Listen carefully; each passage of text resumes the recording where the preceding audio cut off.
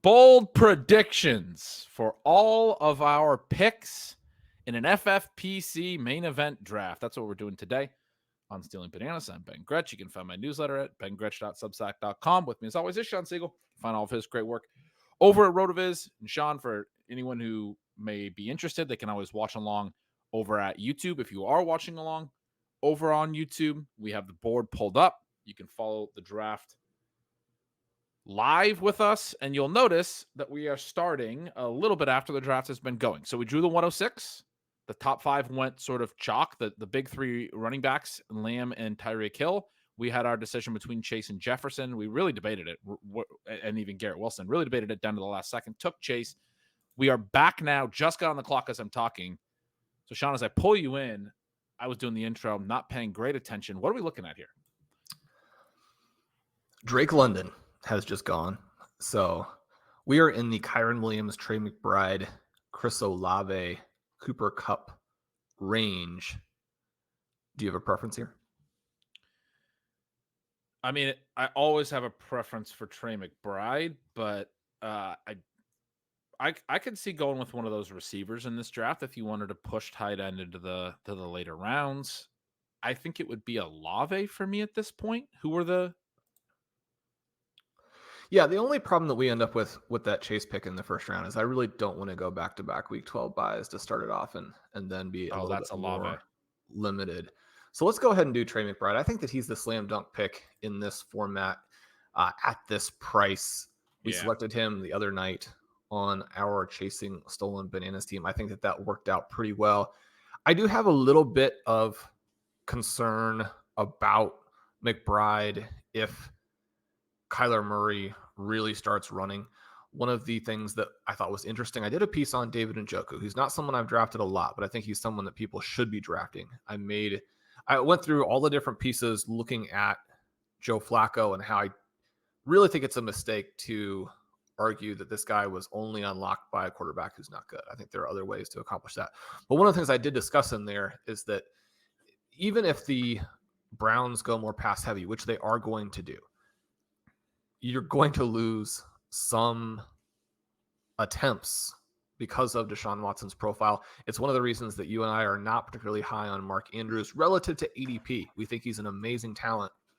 It also is a little bit of an issue potentially for Trey McBride. Yeah, it could be. I'm a little bit encouraged by how good they were down the stretch last year, and I think the specific profiles are really relevant.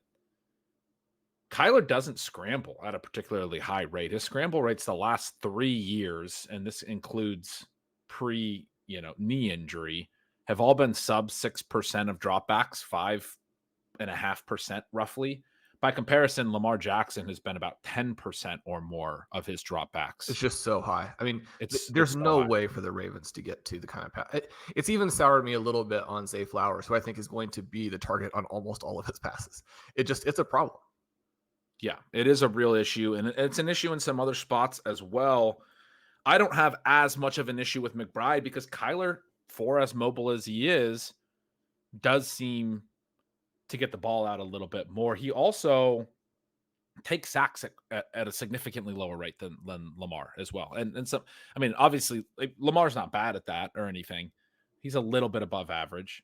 Kyler's more around average, but these things tend to correlate. So Kyler's the kind of playmaker back there that, gets the ball out. Lamar, or I should say quarterback back there, Lamar's a little bit more of, the playmaker type, if you will, where he's trying to extend plays, which is obviously a superpower as well. He does so incredible on those scrambles. But when you think about it from a profile perspective, not all mobile quarterbacks are the same. And I know you weren't saying that at all, but that is, I think, a really relevant and interesting consideration for McBride. And I looked at all of those guys and sort of their, as you mentioned, the sack rates and the scramble rates, because those are the two things that are going to, really potentially knock them down. I guess I'm concerned, and that was the thing, exactly what you're mentioning, that I'm like, I think we can still take Trey McBride. They have talked about him being healthier, more explosive. I guess I'm a little bit worried that they might use him a little bit more as a runner or kind of let him do that when it makes sense. Sure. All that being said, and, you're getting a lot of buzz for all of their receivers. I think you kind of have to ignore that. I don't think that's something that's going to come to fruition. Certainly for the bottom guys, we're pretty big fans globally of Marvin Harrison. I mean, Trey McBride's just so good. Yeah, somebody's got to make a bold prediction here. Well, I mean, I think I can do that one. That's fairly straightforward. He took over as a starter in week 8. He had started 2 of the early games, like week 2 and 3, but was not starting other than that. And his snap share jumped to 80+%. It had not been over 60%, and it never got back down the rest of the way.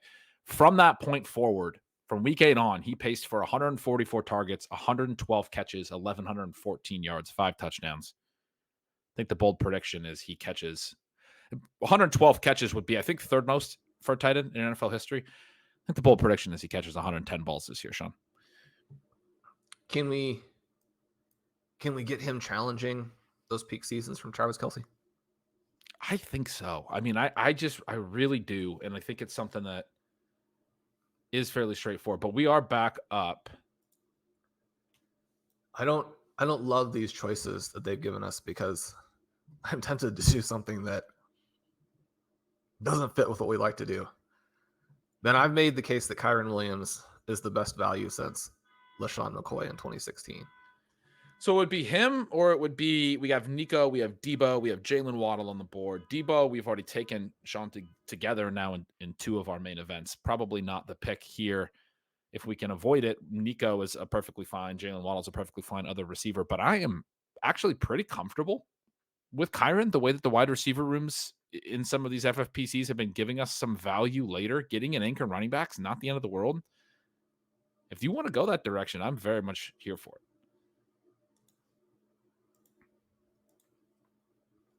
Well, then we talk about drafting off of our rankings, off of our articles. It would be very difficult for me to make the case that Kyren Williams is the best ADP value since 2016 and not take him at the 306. You have released a flurry of articles in the last 36 hours. All of your various target pieces. You have new rankings updates that came out just before we started recording this show on Saturday morning. I have my priority targets piece coming out. Ideally, Ben, by the time anybody would be listening to this, probably this afternoon. I was looking back on it, and last year's priority targets included Amon-Ra St. Brown, CeeDee Lamb, Jahmyr Gibbs, Keenan Allen, Breece Hall, Brandon Ayuk, Sam Laporta, Rashee Rice, and Devon Achane. You're going to have some misses, but you have to have some big hits if you want to accomplish the goals. I'm pretty excited about Kyren Williams. One of the things last season... Are you saying that he's on the priority targets list? Is that what I mean? No, I mean, he probably still isn't. It's funny that I don't. I mean, he's a running back. He's a running back, Ben. I do have a target by him, right? A target. I'm sad that Malik Neighbors isn't here. You set that up. I was like, oh, you're going Kyren Williams priority target.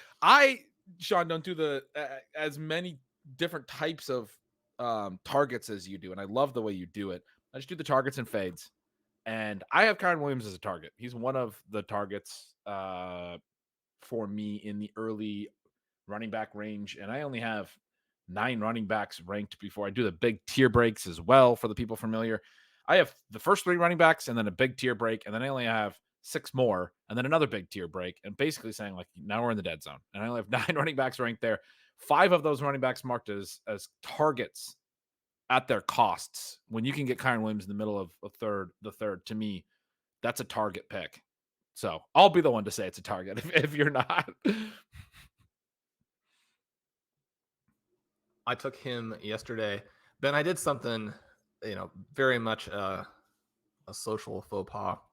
I inadvertently signed up for a best ball tournament league that Connor and Colum were doing a pot on. So I was drafting 2 picks away from them.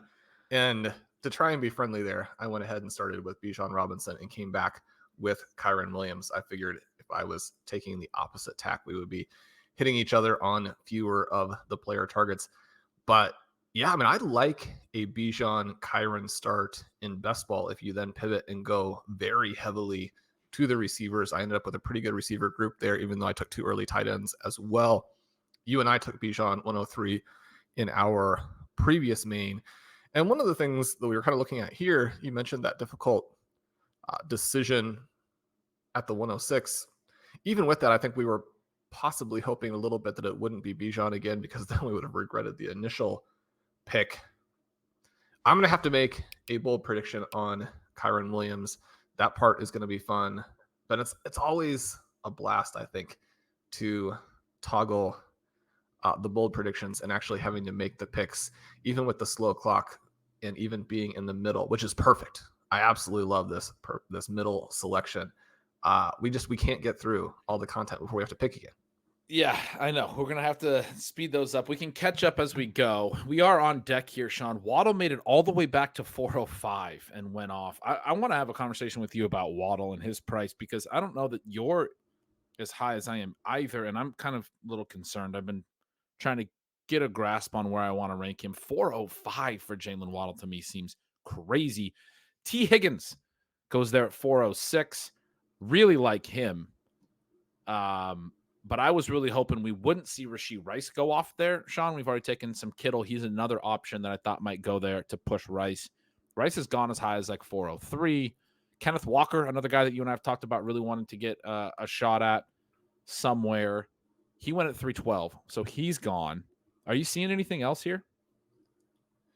No, the only thing that I ever really am looking at with Rashee Rice is like what I'm going to do then in terms of Xavier Worthy. I do think we had a little bit of a knockdown drag out about Brandon Ayuk versus George Kittle on the show the other day. I think that Ayuk is an interesting pick here. And I think that Kittle is a good pick here. But let's go with Rashee Rice. Yeah, let's do it. I got Rice ahead of those guys. I personally have felt that Ayuk has been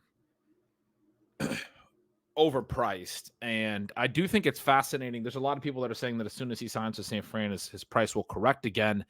I think it's fascinating that it's become pretty clear that he's not going to get traded, and yet his price hasn't corrected. I think that's actually somewhat evidence of, that underdog anchoring effect where people have shares in a certain range and they don't want to lose, like CLV, and they keep kind of drafting him. But then when he has a reason to fall, it's like, well, this is where we actually think he should have been for a while, and he's not coming back up when he should, which is, I don't know. Maybe that's reading into it a little bit more, but more than I should be. But I think it's fascinating that he has fallen. And then maybe it's just because he hasn't signed yet. Maybe it's just because no movement has happened yet, and everything will change when that does happen. But I tend to think that the market is telling us that they're a little bit concerned about him.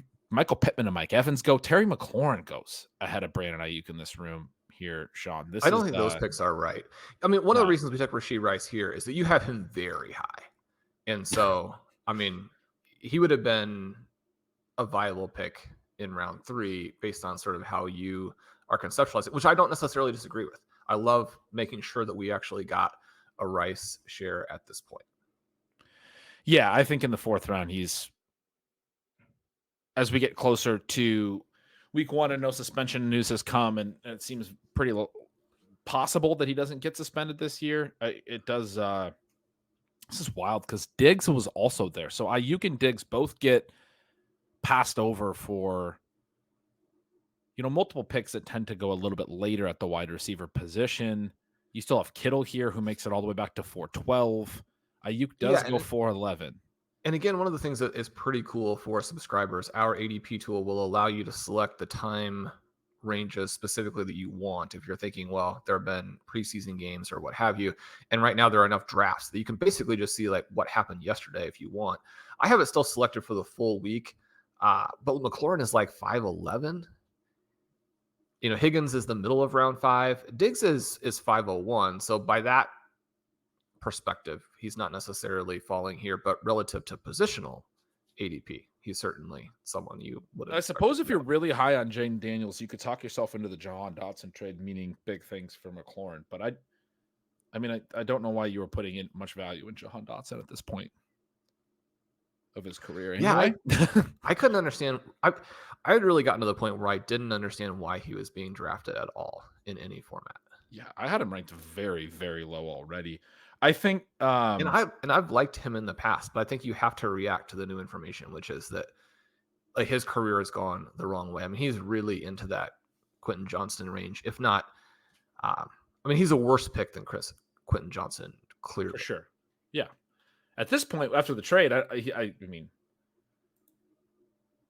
perhaps it won't be surprising to hear, but I think, by the way that we're talking, I think he's undraftable. I don't know how you could select him at all, frankly. I just think that's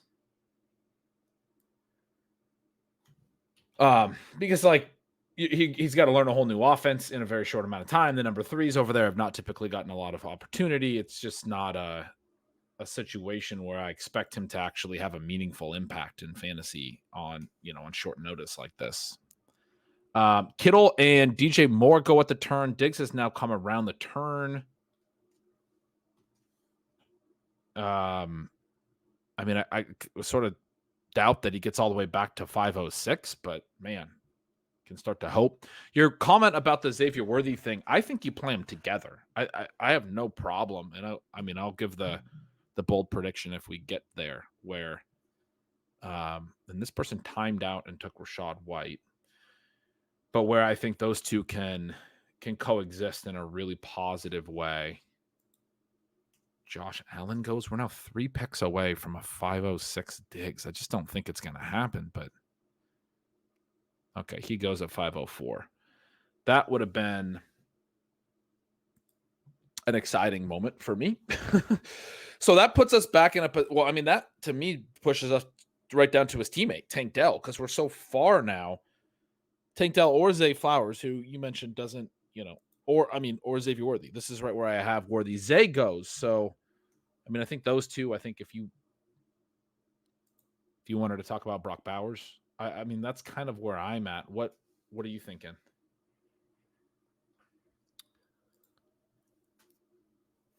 So we have a pretty good shot at Bowers coming back. I don't know that I would give it better than 50-50, but he could come back. We have a decent amount of him. Yeah. Tank Dell, I don't necessarily love taking him twice in a row after we did Thursday night, but he does seem like the very clear value here other than Bowers.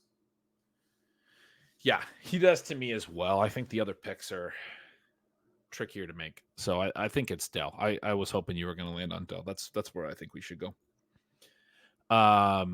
So that makes our start: Ja'Marr Chase, Trey McBride, Kyren Williams, Rashee Rice, Tank Dell.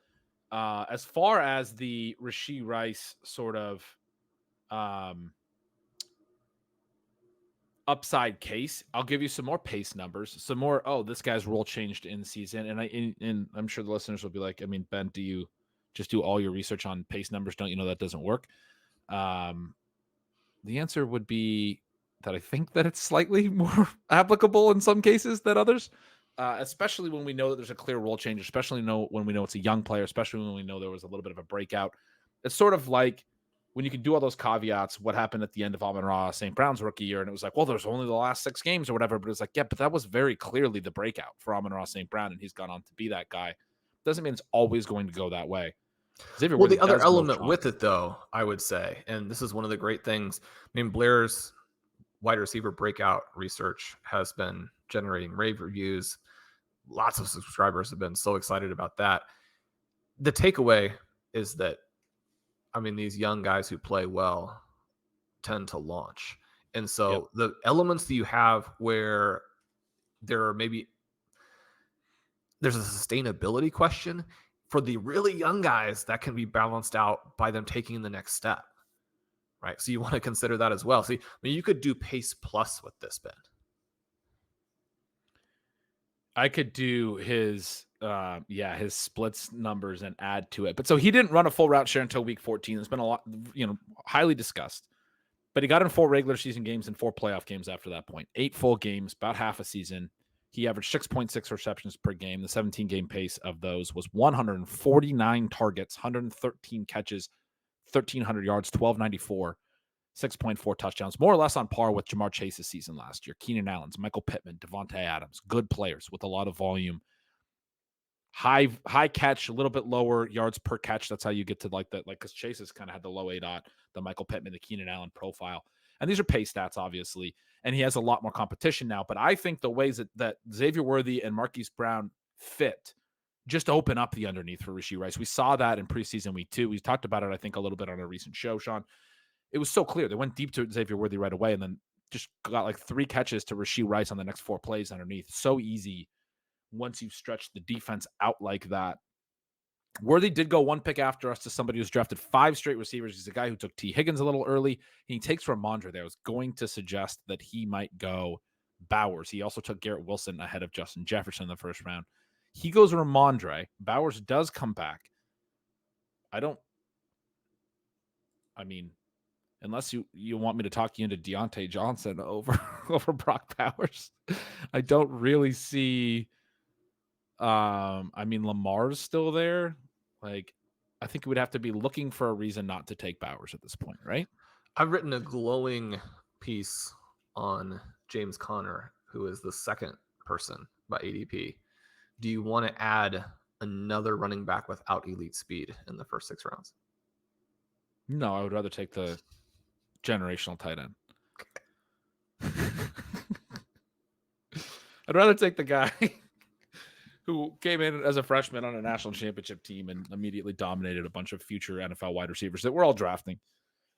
Ladd McConkey and Adonai Mitchell and Jermaine Burton, who are all going to go in this draft. And they all had half as many yards as Brock Bowers as when he was a true freshman on a national championship team.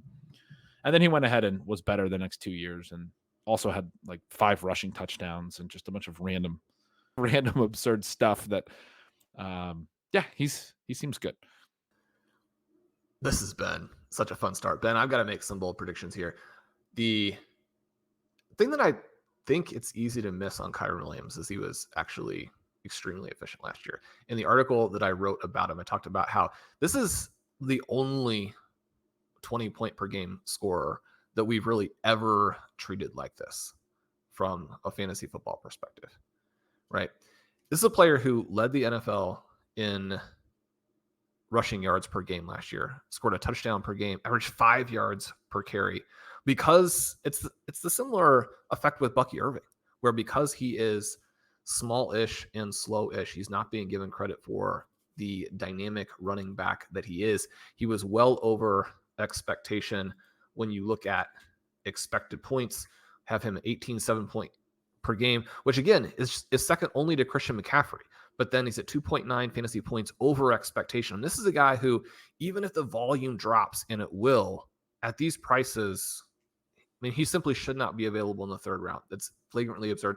I'm going to say that he takes the next step, averages over 100 rushing yards per game let's take that step back. He's going to fall to 90, but he is going to go to 1.5 rushing touchdowns per game. He's going to add a little bit on. Last year, he was at 6.3 receiving EP per game. That's going to bump to 7, and he is going to be the overall RB1. Okay. Part of that article, too. Again, he actually has less competition. Now, this is going to be one of those takes that seems absurd because everybody thinks that Blake Corum is going to immediately come in and cut into his workload. Maybe that does happen. We could be a couple of weeks from now. It's like, I don't think Sean follows the news on what's going on with these things. But the backups for Bijan Robinson and Breece Hall are more talented. I think we actually have a better volume case for Kyren Williams than the guys that you and I both really like in the top 5 picks. Yeah. I agree. It is bizarre. That's one of those things where when people disparage Kyren's profile, my response is often this question of what do you do you understand the profile? Because where he's priced already, I love the thing that you said that we've never had a 20-point scorer this cheap.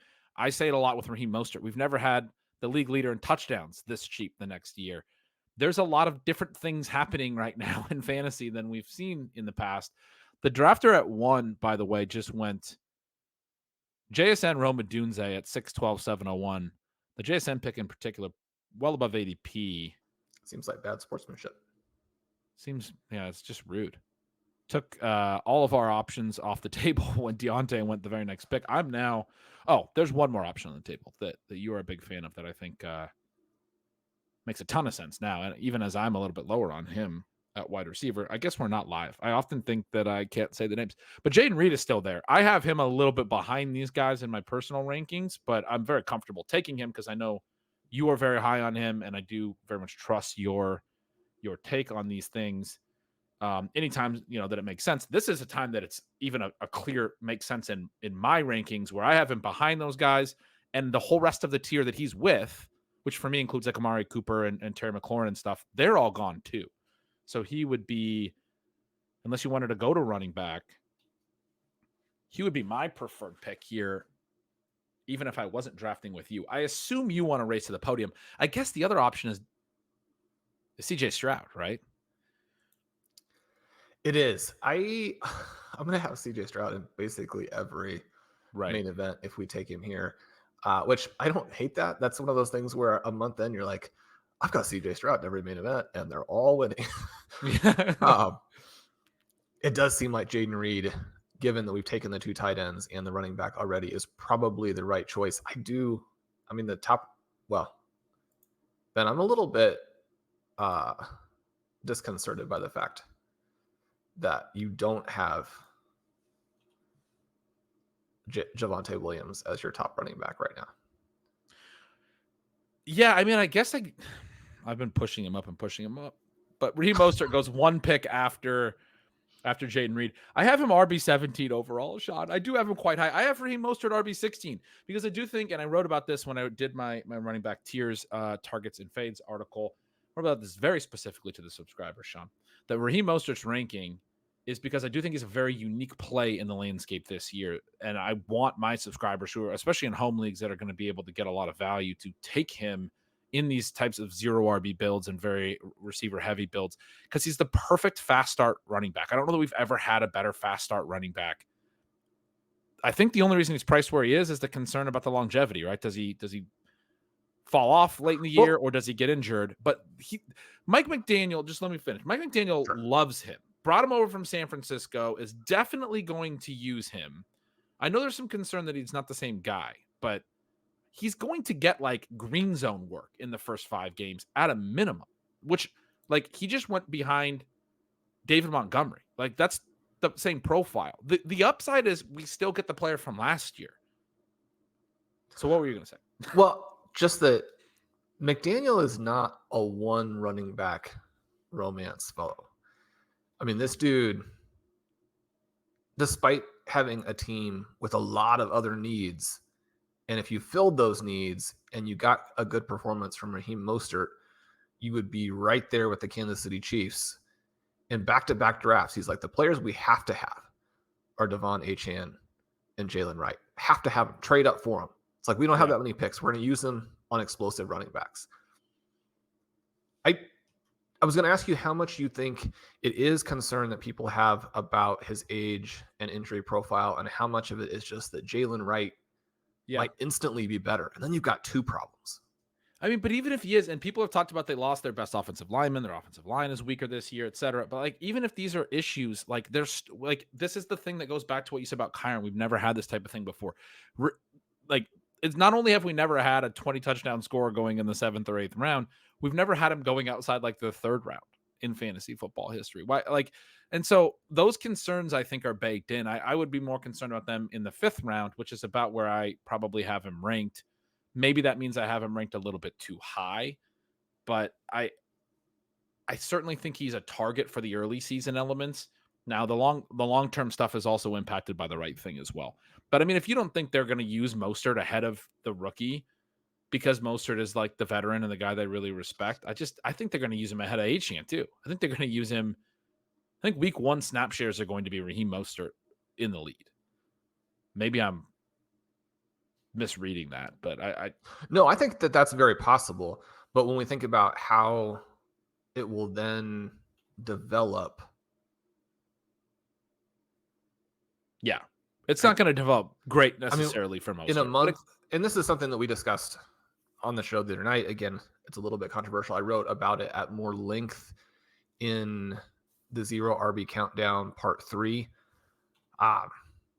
But like someone like Jonathan Brooks, are we gonna prefer Raheem Mostert to Jonathan Brooks? Well, I'm trying to say that your running back is this Frankenstein running back room where you should be trying to pair them. Jonathan Brooks is still on the board here the next round. The draft that took Mostert there could do that. I feel very strongly that we're going to have running back points from the late rounds this year, Shawn. And in every draft that we do, we take a lot of those rookie running backs because we think that we're going to get that. Chase Brown goes there. That is a little bit of a bummer. I was at 100% on him in mains. Well, you could have made it 101. In some ways, that's a mild relief. But somebody else that you're at 100% on that came back around is CJ Stroud. This is tough. Because the QB value in this draft promises to be pretty insane. Anthony Richardson has also not gone. Yeah. I don't know if we can pass him all the way through. Do you have a preference on Stroud over Brooks here?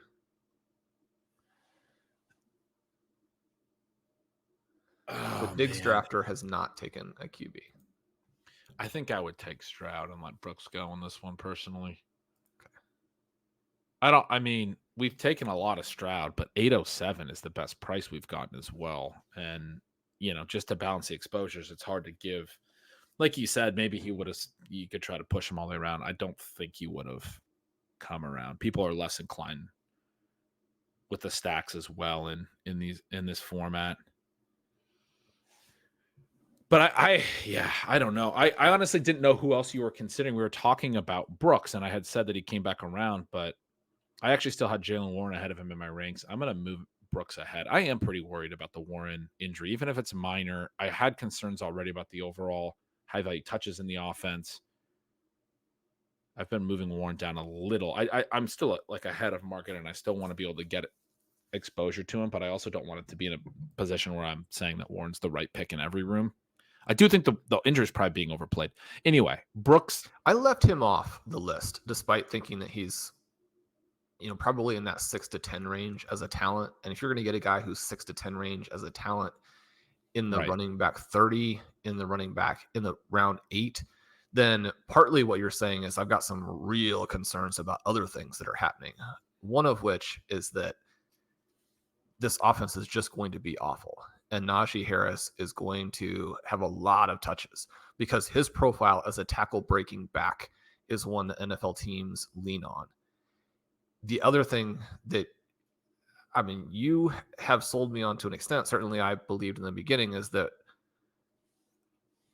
the quarterback is going to be Justin Fields, and that also is going to cut against the running back value. I've sold you on that. You sold everyone. Well, no, you sold me on the fact that Justin Fields is looked better in the preseason. Better. I did tell you recently that the offense looked completely non-functional to me with Russell Wilson in that preseason game. And while they didn't really score a lot of points with Fields, they moved down inside the 10 and went for it on the fourth down, didn't get it, and then moved down inside the 20 and didn't get it. And prior to that, when he came on at the end of and we do see Richardson and Kyler go on this turn, Shawn. So that makes me feel pretty good. In fact, Brooks is still there. So is Warren. So is Tyjae Spears. I'm starting to get, hopeful that we get something coming back at the running back position. Brooks does go at the turn with Kyler.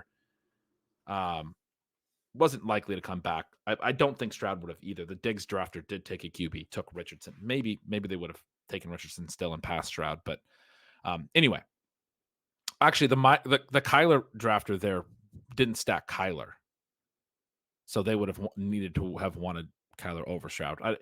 Whatever.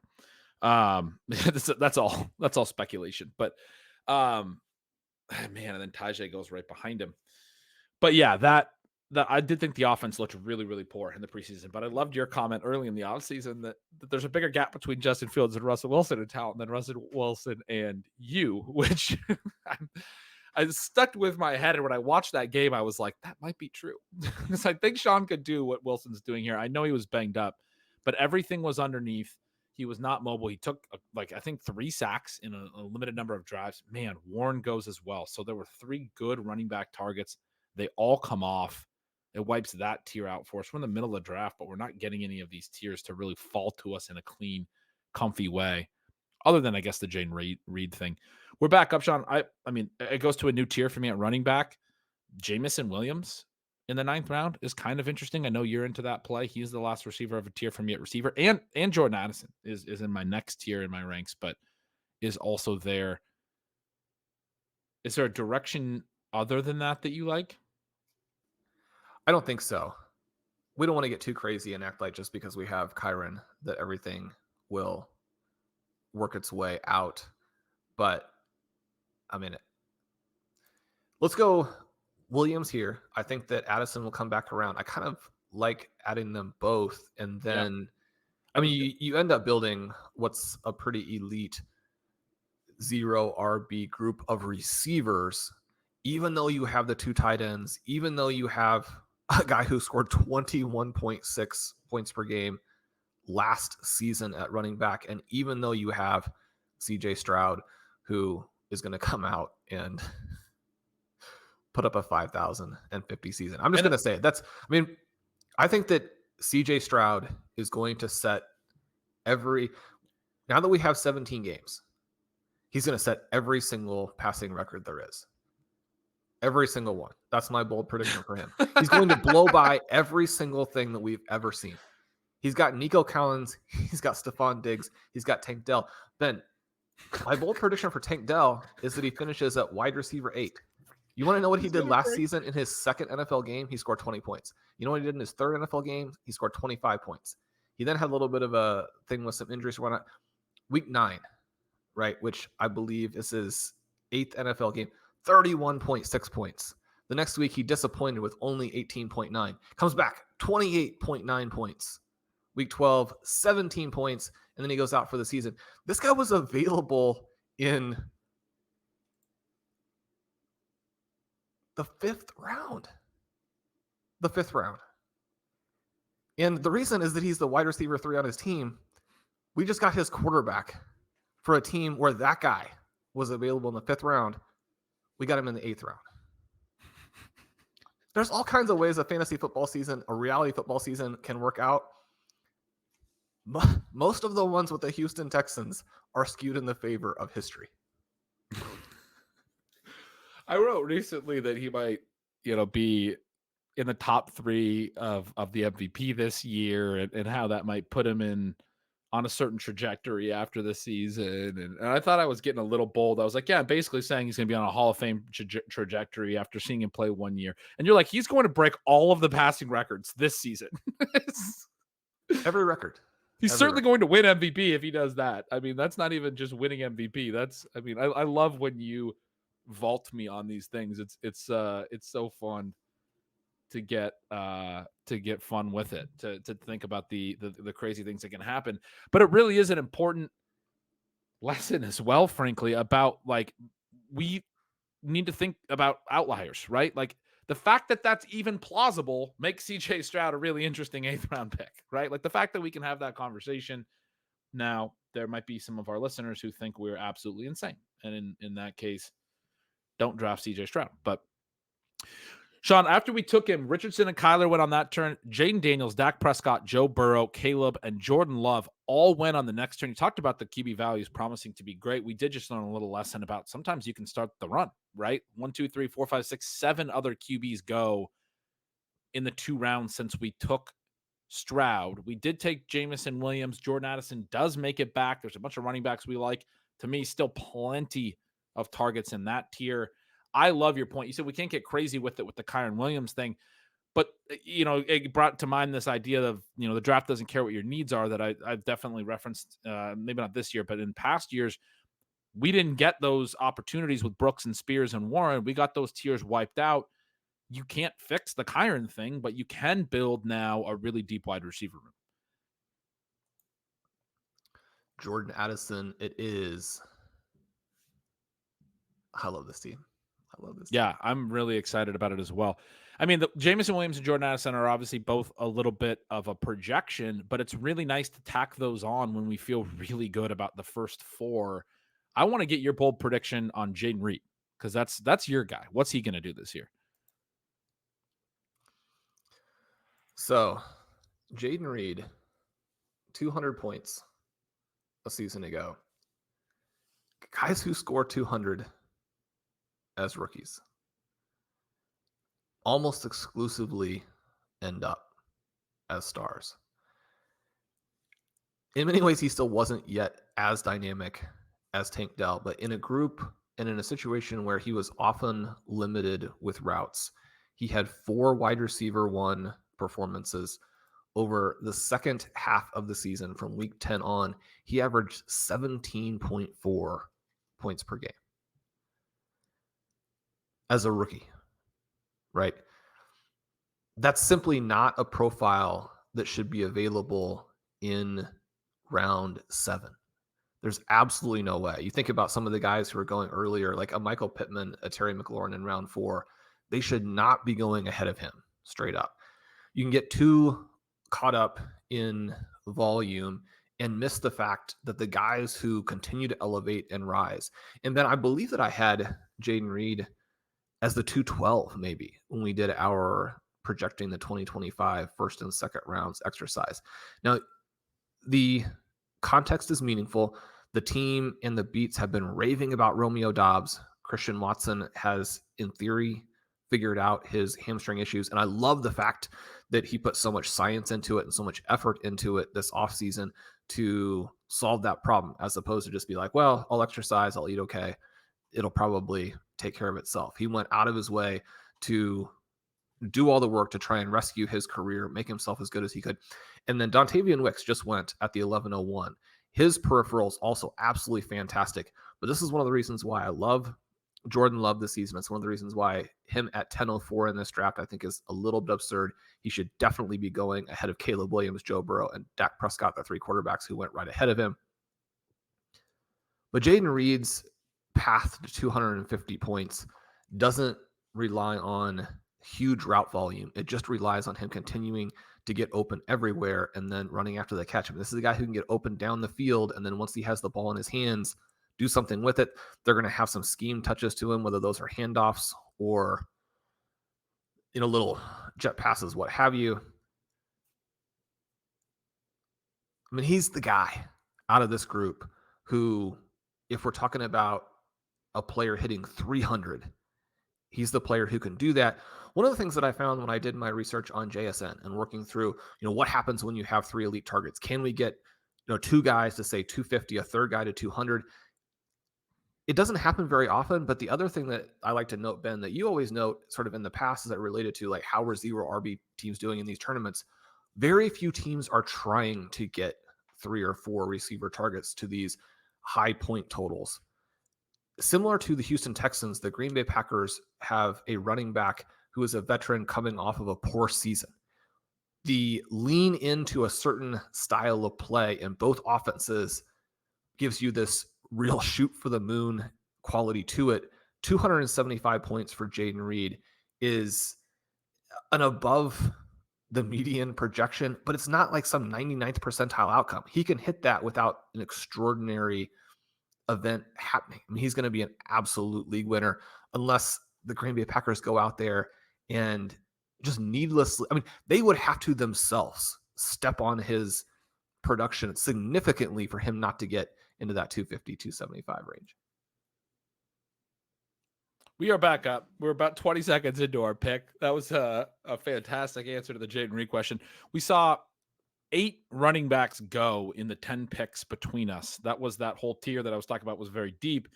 For me, Shawn, at this point, Bucky Irving is the top name. I have Kamani Vidal ranked really aggressively, Ty Chandler, Tyler Algier, Braylon Allen. Very comfortable with any of them. Have them all marked as targets in this range. Yeah. What direction would you like to go here? We can definitely grab Bucky. I think that could he come back? Works. I think that he could, but the next guy wouldn't necessarily.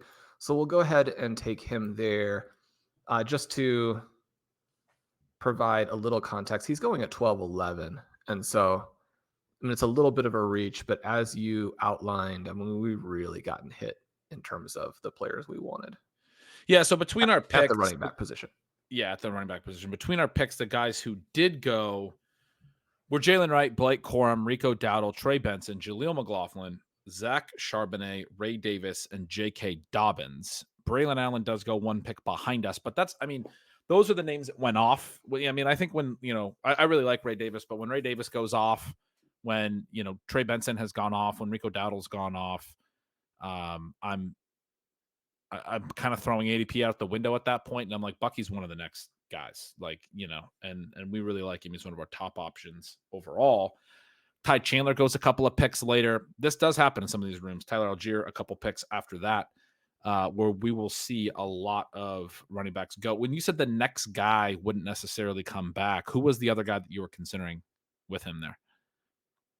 Well, I was thinking in terms of Braylon Allen. In order to get these players at this point, and I do somewhat regret putting them all on the zero RB list.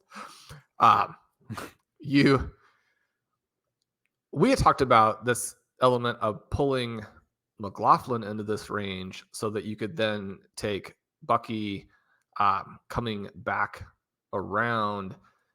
This has been a kind of crazy room as it relates to the efficient running backs. We have not had those just necessary drafters who are willing to pick Ezekiel Elliott and Gus Edwards and push everybody else down. McLaughlin is the 12. Yeah, we're all looking for the guy who did this, right? Like Sean releases the most anticipated running back article in the industry, the most anticipated article period in the industry this week, and this weekend everybody wants to draft the 15 players that are on that list. It's big surprise. Where are all the pro Ezekiel Elliott articles when we need them? It's been, well, the other thing that we're not getting in this draft, Ben, is we are not getting drafters to select all those receivers who maybe they work in best ball but don't work at all in redraft. Those drafters we also need. Right. To put context into that, we just saw, Jalen Polk just went, but we just saw Jacoby Myers and Curtis Samuel in the late 11th. Curtis Samuel obviously dealing with a turf toe, but typically goes multiple rounds higher. Marshawn Lloyd goes there. I mean, man, he's been really sliding. It's been an aggressive running back room. Jerry Jeudy's still on the board. I mean, we could just take another receiver. We do like him, but then you still have like Tyler Lockett is on the board, and Mike Williams and Romeo Dobbs, and Dontavian Wicks went high, but Dobbs went. But yeah, there's been a lot of surprises. Chuba Hubbard goes there. That's not a name that I tend to want to target because of the sort of limited timeline on it. It's more of a fast start type play, like the Raheem Mostert thing. I think with the Mostert thing, you have a better shot of holding that role all year, frankly. Tyrone Tracy, man, they are just flying off the shelves. I'm glad we got Bucky. So to me, Sean, it does become Kamani Vidal at this point, like kind of easily. Do you have another name that you're really into? Well, I think it's brutal to pass on Jeudy here. And yet, if we don't take Vidal, he is not going to come back.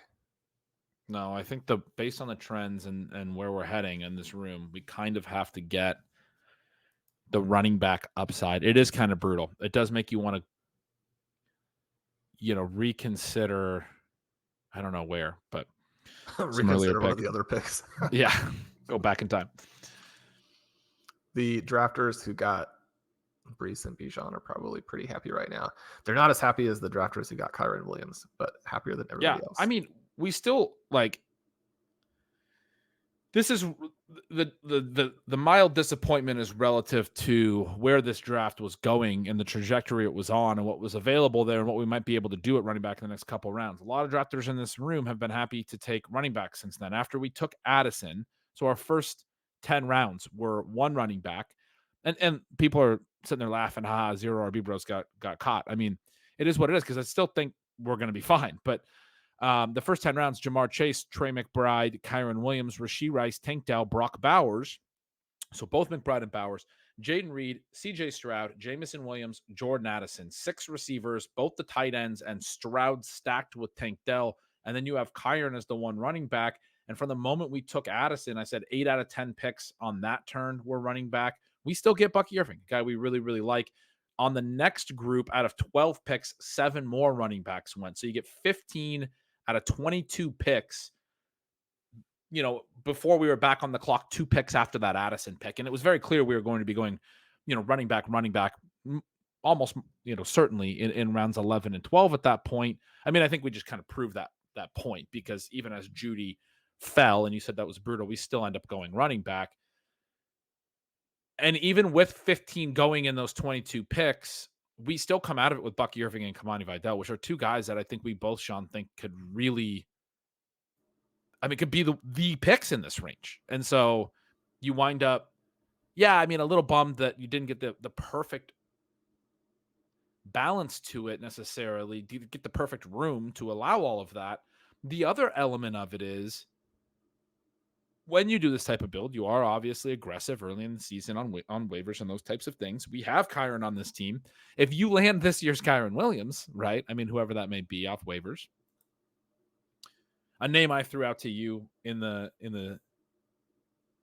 emails this morning was I just kind of decided last night in finishing up my running back tiers and targets piece that Samaje Perine is a great take a peek in these. Everyone's certain he's going to get cut, and now it's become very clear that the Broncos are headed that direction. I think everyone's reporting that it's the other top backs that are the rotation. If he does get cut, it'd be nice to see before the first waiver run where then he lands. What if he lands in Dallas or something? He'd be a 13th round pick in the late FFPC drafts. So he's a guy who it's not quite as exciting as like a Khalil Herbert, but he's a good player, and he's always been a bit of a good player. He's one of the names that actually popped in Blair's breakout running back piece, kind of looking at, where you might get a veteran breakout. And when you combine that with what you're mentioning right there, where, he probably gets cut. So we come all the way back and we can still take Judy. Yeah, we should definitely take Judy. So we did get a bunch of receivers going. Adonai Mitchell, Mike Williams, Josh Downs, Tyler Lockett. The other running backs who went were Zeke finally goes, Jordan Mason, Tank Bigsby, Khalil Herbert. We get a couple tight ends in there. And Judy doesn't go amid all of that. It's a very fortunate situation. I've taken some ribbing, mostly good-natured, I think, about keeping Kendre on the list. Do you think in this particular draft that we should reach for him here, or do you think 1407 is as good as is the most you'd be willing to pay? No. I'd be willing to take him here from a price perspective, but I guess I think we can risk it. Basically, he's the vibes are very negative on Kendre Miller right now. I don't think people are rushing to go draft him. Antonio Gibson goes immediately. People are just continuing to draft the running backs here. And that worries me how quickly somebody snapped up a running back immediately after us. It may be that we'll just see him go here in the next few picks, but I thought it was worth the risk with Judy's below ADP. Cole Kmet is now 2 rounds below ADP. Cole Kmet. Yeah, and Musgrave lasted a very long time. I was going to mention him to you. He goes after Isaiah Likely and Cade Otton, which I thought was fascinating. He must have been behind ADP. If this is the way the room wants to play it, Sean, they're going to have to cut some running backs at some point. I don't want to dare anyone to not carry 8 running backs all year, because they might, but I'm comfortable with 3 running backs if you're the one who's gotten me on that kind of a build before. It is a little bit aggressive, especially if we find out in week 1 that Blake Corum has a real role alongside Kyren. But I think we can just do what we can do. We can play Bucky week 1 and sort of go from there. If need I do have plenty of additional names that I like. And I think Jerry Jeudy is really the only remaining wide receiver who is really in the mix for me at all. There are some names that I don't mind. Like certainly a Jaylen Tolbert, an Andre Yoshivas. Those guys are pretty fun. I think you can still take Marvin Mims in the last round.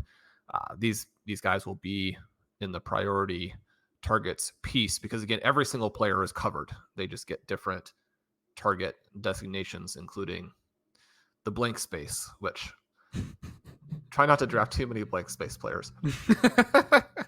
But then I've got some guys flying, by the way. Sorry, go ahead. Yeah, they're not taking up a lot of our time here.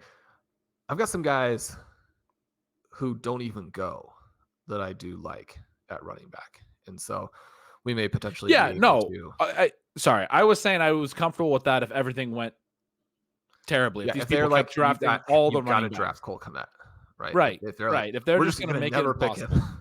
But since Antonio Gibson, we have had 9 straight picks. None of them have been running backs. This is part of why I thought we maybe should try to push Kendre. As much as this room was really running back heavy, sometimes we joke that FFPC drafters continue to draft running backs forever, but there is going to be a point where they're like, I have 8 running backs. I can stop drafting running backs now, right? Like there's been a lot that have gone in the last few rounds. It seemed like the tide might shift. It did here in these last 10 or so picks. A bunch of wide receivers, Rashid Shaheed, Darnell Mooney, Brandon Cooks, Demario Douglas, Adam Thielen, the kinds of receivers we've been waiting to see come off the board. Probably like if somebody took Jerry Jeudy, it's open. It's time to take Adam Thielen. We got a kicker off the board. We got a couple other tight ends, Tyler Conklin, Colby Parkinson. It is Damian Pierce goes ahead of Kendre Miller. That's the other thing. Some people are just that out on Kendre Miller, or, maybe you're high on Damian Pierce, but I thought he looked so bad in the preseason that I have him quite a bit down my ranks. Man, I just think the positional need here is Kendre, but I don't want to pass Cole Kmet to anybody else in this draft at this price. Who do you like? I think I'm concerned enough about Gerald Everett that I do like the running back here. I've moved just keep passing him. We've got two tight ends. We don't need that. Right. We don't really need a potential roster clogging third. I got a talent that we really like and won't want to cut, but may actually have some legit routes issues. I mean, Shawn, I have Noah Fant and Juwan Johnson ahead of him, who are both still on the board. So in other words, his price is just reflecting his actual value. Or at least that's the way that my rankings would tell you that is the deal at this point. Those guys need to be down there with Isaiah Likely, Ben. Who's that? Fant and Juwan? Fant and Juwan. You mean by down there, you mean up higher? Because Likely went in the 11th. Right, but you have him between Cade Otton and Michael Mayer buried. I have Likely. I understand. You want me to push Fant and Juwan Johnson down to where I have Likely ranked, which is quite a bit further down. I understand now. No, Juwan Johnson's going to be really good this year. It's going to happen. I've taken a lot of him, so it better happen. The Fant thing is actually, I mean, it feels like a little bit more of a wish at this point, even though he's the one his price rose and it got expensive enough that I was like, well, I liked him late as a play on, running enough routes and all that. But they got 3 good receivers. We think that JSN's going to break out this year alongside Metcalf. And I mean, part of the reason Fant hasn't ever really been a star number 1 tight end could be a Fant thing. It's, it does set up for him to potentially run a career high in routes, but that's a bet on something that we haven't seen. The Juwan Johnson thing to me is way more like, Shawn, ever since you did that breakout wide receiver research, I want to say it was a different type of breakout wide receiver research than what Blair's been doing this year, which is awesome. But I want to say it was 3 or 4 years ago where you looked at like year 2 versus year 3 versus year 4. And you showed that the later breakouts tend to be lower draft capital guys, day 3 type wide receivers. It's something that's always stuck with me. It's a big reason why I was convincing you Jacoby Myers was actually good a couple of years back when we had our fun Jacoby Myers discussions. I think it was 2 summers ago, because it's like, this guy broke out because he was, had to earn his way on. And then if you go look at his New England time, they actually benched him the year after. He kind of did some good stuff, and then he earned his way back on the field a second time. And then ever since then, he's been, a starting caliber wide receiver. He's obviously not a superstar. The way that I apply that, I've applied it, I think, numerous different ways. But with Juwan Johnson, it's like, okay, so why does that happen for the draft capital guys? Well, they don't get the early opportunity. Why does it happen at the tight end position? Because it's a harder position to play. What about these guys that are the change position guys, which Juwan Johnson played wide receiver in college and then was changed over to a tight end position, which is a slow developing position in and of itself. And he was a guy who was a bit of a project at that position.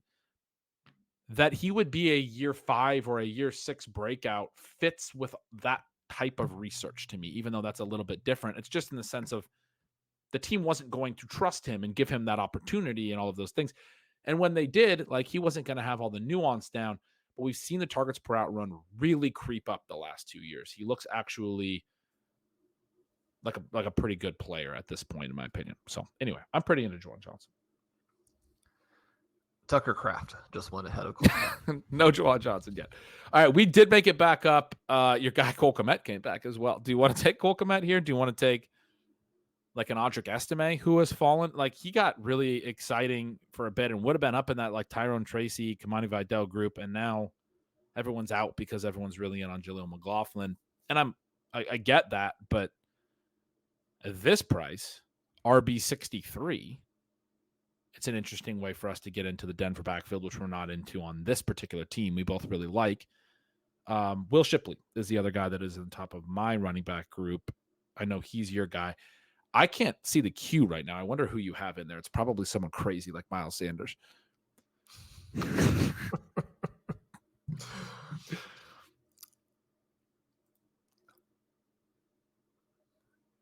So we did go estimate there. The path to championships 2024, Denver Broncos running back in every draft. It turns out that despite that crazy running back run, we're still having a lot of fun drafting these runners. I really hope Shipley gets back to us. Yeah. So we have Fant goes ahead of Cole Kmet. It may be that somehow like Cole Kmet's name is not executing when people click it. It may be that you're his last truther. It may be that Cole Kmet is just bad now. No, that's the thing about the Cole Kmet thing. And I actually just took him in a best ball draft this morning. He's not bad now. He's still good. And that's the important thing that you're driving home. And it's an important thing to remember. I took him out. I was like, well, I mean, at this price, can I really pass him in a best ball draft? And I was like, I mean, we're talking about, what if Gerald Everett just gets banged up? Or what if one of the receivers gets banged up? Or whatever. Also, Kmet caught and got targets and caught passes in the preseason games, especially in best ball where I don't have to predict when to start him. Like, he's going to catch some passes. His routes might not be great, but he's still going to, like, I think that's going to create some lower floor. I don't like him as much in managed at this point, but he's going to spike some weeks for sure. So I did take him in best ball this morning. I'm with you that he's still like, this is far. If he gets back and you want to take him, we can. If you would have pounded the table for him there, I would have been okay with it. Juwan Johnson just went too. I'm about to take Gerald Everett. Yeah. All the receivers or tight ends that I have ranked ahead of him have gone, and most of the tight ends that I have ranked behind him as well. Yeah, I guess Hunter Henry is still there. Michael Mayer is still there. Those are the only two, behind Kmet. Theo Johnson. These are the names that Kmet has fallen into league with. Jonnu Smith went. Jonnu Smith's going to get cut in a lot of fantasy leagues, is my prediction. There's my bold prediction.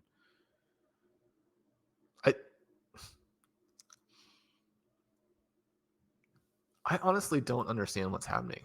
Is Hunter Henry also happened with Cole Kmet like this morning? Did he kick a dog? No, everyone's really confident. I don't think so. I think people are this out on Cole Kmet, which is why 2 rounds ago I was like, you don't want to give anyone else this Cole Kmet value? I think we can risk it. I think everyone is going to get this Cole Kmet value from here on out. Well, one of the things that we have to keep in mind as we work through drafts is this back to front element. And one of the reasons that Kmet doesn't even necessarily end up being a better play as we move back is that the names that we're targeting specifically because they're in a certain range, like a Will Shipley, are the people that we kind of have to look at here. Ben, I mean, this is Shipley for me. Is that it's Shipley for you? Interesting. I'm Kmet probably, but I could be Shipley. He's my top running back.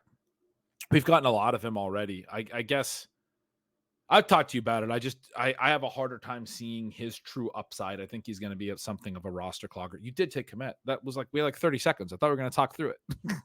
If you wanted to take Shipley, we could have. No, keep going. Okay. Well, I'm a little bit concerned about the Eagles offense. We've talked about this, that Jalen Hurts doesn't throw to the backs very much. They talked about it a lot when they acquired DeAndre Swift last year. They're talking about it again now. The new offense is going to throw to the backs more. Saquon Barkley is going to catch passes, all of these things. They talked about it last year with DeAndre Swift. He's a guy who had these really high targets per out run numbers 3 years in a row with Detroit, which is usually with the running backs, it's just checkdowns and probably very influenced by Jared Goff being a guy who checks down more than others. But he tended to have higher rates than even the other backs in his own offenses, which I always took to mean he was a threat in the pass game. They were intentionally giving him targets, whatever it is, right? They were first retargeting their running back at times or finding ways to get him the ball in the pass game. The Eagles said, we want to do that too. And then he had a target spread run half of his 3 years in Detroit. I mean, it was just not even anywhere in the ballpark. I thought it was going to be meaningfully closer last year. So when I hear them talk about it with Saquon Barkley, he was at 24, 25% target spread run. I think he was at 13 last year. I thought it would be an 18% maybe. It was going to come down, but still be viable. I should look that up instead of just guessing, but I'm going to do that. And it is 24.8, 23.8, 26.7 in his 3 years in Detroit. He was at 16.8 last year, so he wasn't nearly as low as I just said. I said 13. But still, I mean, about 10 percentage points lower than the year prior. I thought he'd be, somewhere in between there. Anyway, they're talking about throwing to Barkley. The idea of what happens if Barkley's, the Boston Shipley gets the opportunity. Part of my concern there as well is Kenneth Gainwell's still there, and he still plays on some passing downs. I just don't really see the receiving and all of that materializing. Now, the other side of it that you've emphasized is that he's a really good athlete. He's probably an underrated just talent. And the Miles Sanders season that we, saw a couple years ago in this Eagles backfield where you have this running back that is, rushing for so many yards is very viable so anyway, I haven't been pounding the table that we can't take Will Shipley in these spots, but I think of him as a handcuff that kind of needs a Barkley injury because he kind of needs to be able to consolidate the work and have it be him and Gainwell and then displace Gainwell and then really be the guy, When I wrote this up, I talked a little bit about he goes 2 picks before us. I was actually hoping that we'd end this with him on our team. Yeah, I was as well. That would have been about a round below ADP, but we know anything can happen in this range. Shipley is interesting because he's one of those guys who didn't perform quite as well in college as the athleticism would suggest. Certainly the last year, the first 2 years, very encouraging. I think that he will end up with some standalone value and dispense with Kenneth Gainwell. He is a guy where this is maybe not our last shot at him.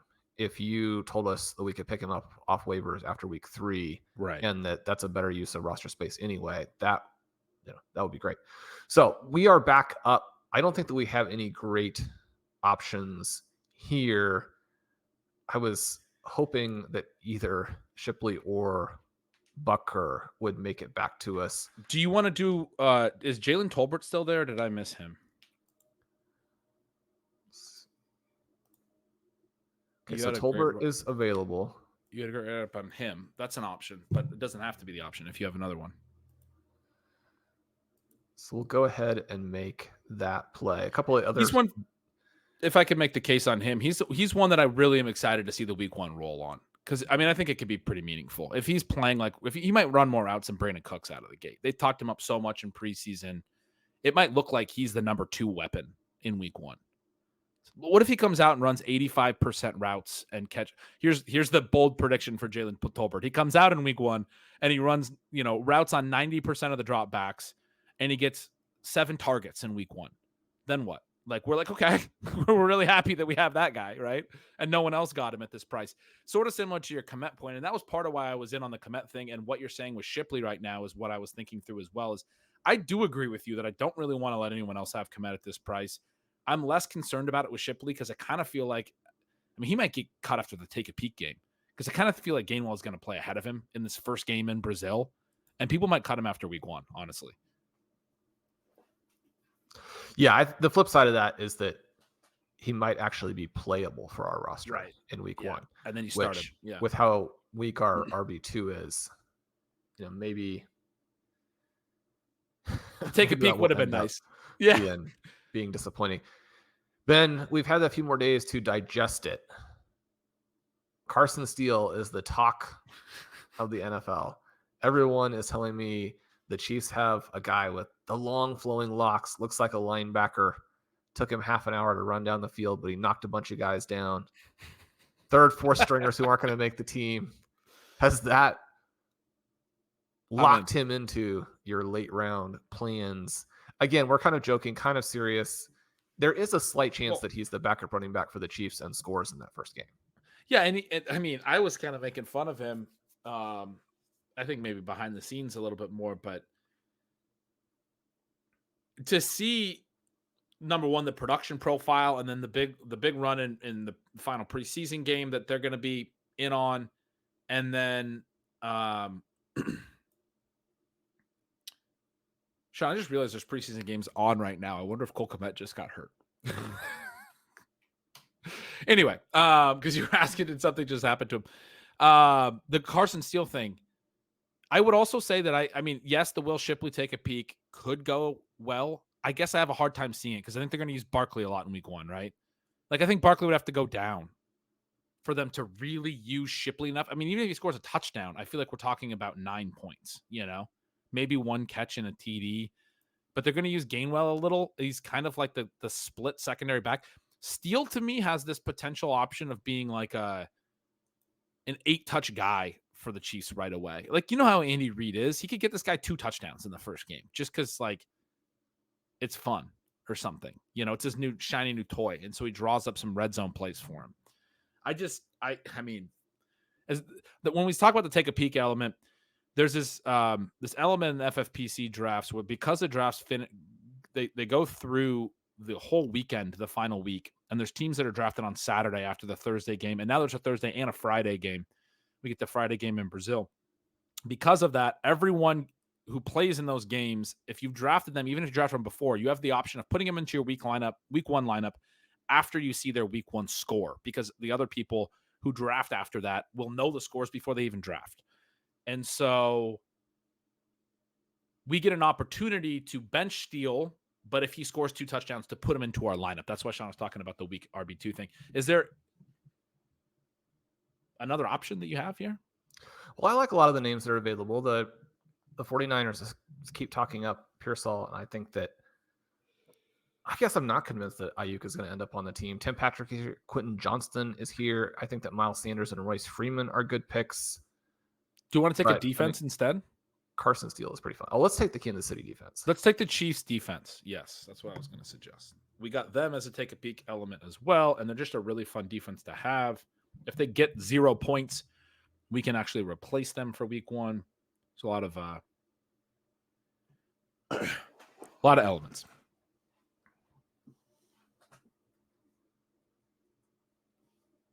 Did any of those other names interest you at all?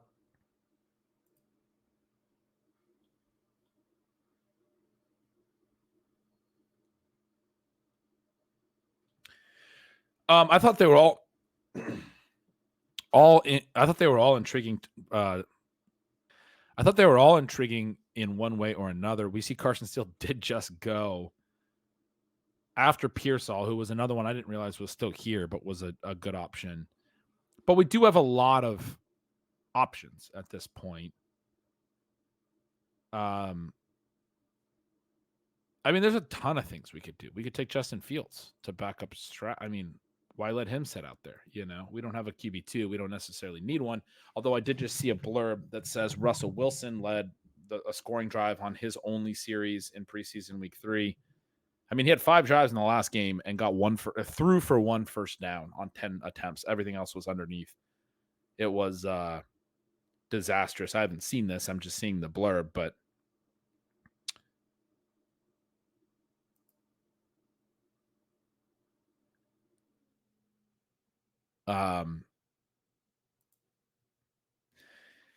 will you say those names again? Miles Sanders, Royce Freeman, who are they? Yeah, well, I told you Ricky Pearsall, and then you claim you didn't know he was available. That was a good one. That was a good one. The names I have in the queue are Quentin Johnston, Tim Patrick, Justin Fields, Royce Freeman, and Miles Sanders. Royce Freeman had better advanced stats, not dramatically, but better numbers than Rico Dowdle last year, and has been talked up by the Cowboys. I guess I don't understand the big gap in price. Yeah, it seems like Freeman at this point of his career is probably not going to get that chance, but maybe he will. I don't know. I mean, I'm open to it. I mean, he's basically the Samaje Perine that's already on the team, is my thought. That's the play that I would make, though, into that spot. You're like, the Samaje Perine that is not on the team? That's not on the team, exactly. I mean, Samaje Perine got paid a lot of money recently. People think he's good in the league. I don't think people think Royce Freeman is very good. He spent all of last season on a practice squad. I don't think you've listened to Jerry Jones and company talk about it. They're like, we thought he looked awesome for the Rams last year. That's why we haven't added a running back. Let's do it. You want to take it? I mean, I forced you into Cole Kmet. I forced you into Jaylen Tolbert. We lost Ricky Pearsall. I feel like I've gotten my way with all these late round picks, Sean. So I'm very comfortable with what you want to do with this last position pick. Ben, I was going to ask you who you wanted a kicker there, but Evan McPherson just went, which was a little disappointing. You want to burn a pick on our guy, Jason Sanders? He's got an early bye, which doesn't really matter, but also isn't ideal. I'm open. I'm leaving it entirely up to you. And then you have to give a bold prediction about whoever you choose for this pick. Jason Sanders going to make 75 field goals. In week 16 of the 2024 contest, he will not do what he did in week 16 of the 2023 contest and score. No, he was the one who scored. Yeah. He's going to do the same thing that he did last year and score 25 points in week 16. And that is going to be the margin that puts us into first place by 1 point going into the final week in the FFPC main event. So there are 2 bold predictions together for you there. I like it. Those 2, you got 2 for 1 there. Recent picks include Jake Elliott, Evan McPherson, Jake Moody, Tim Patrick. Tim Patrick does go. Your guy. You've been talking up. We got to take Tim Patrick seriously. Sean Payton loves him. He went, you know who I would, if we were going to take a receiver, if I wanted to get crazy with it, you know who I would suggest? Troy Franklin. I mean, I'm not that crazy. I said crazy, not downright insane. No, he would be it seems like he's just not going to play this year. Like like Benjamin Albright covers the Broncos. He's just not going to, barring something big, he's just not going to play this year. That's his perspective. Do the teams not keep practicing after the game starts? No. Their lineups are set for the season. I was going to say Jalen Naylor would be a name that I would be vaguely intrigued by. Looks like he's won the number 3 job for the Vikings, but I stopped myself because I don't actually want to say that. I do see him get picked every once in a while. We did make the bet against Justin Jefferson. We made the bet for Jordan Addison. I'm all in on Jordan Addison. Yeah, the Addison pick with the Chase thing, I was trying to think through how that taking Chase over Jefferson. I'm trying to think through how that fit together with promoting Jalen Naylor at this point. There's not really a need for a receiver. We've taken a ton of them. We have 5 running backs. I do feel like it is a running back pick. It would have been fun to get Carson Steele. This year's Peyton Hillis, Carson Steele. How's that for a bold prediction? I do like that. That Peyton Hillis season was fun. Last year, Ben, Royce Freeman, more yards after contact per attempt, a better evasion rate, and more points above average per play than Rico Dowdle. And in some of those categories, not particularly close. Let's take Royce Freeman, Shawn. I'm excited. You're going to be so sad when he is the week 1 starter.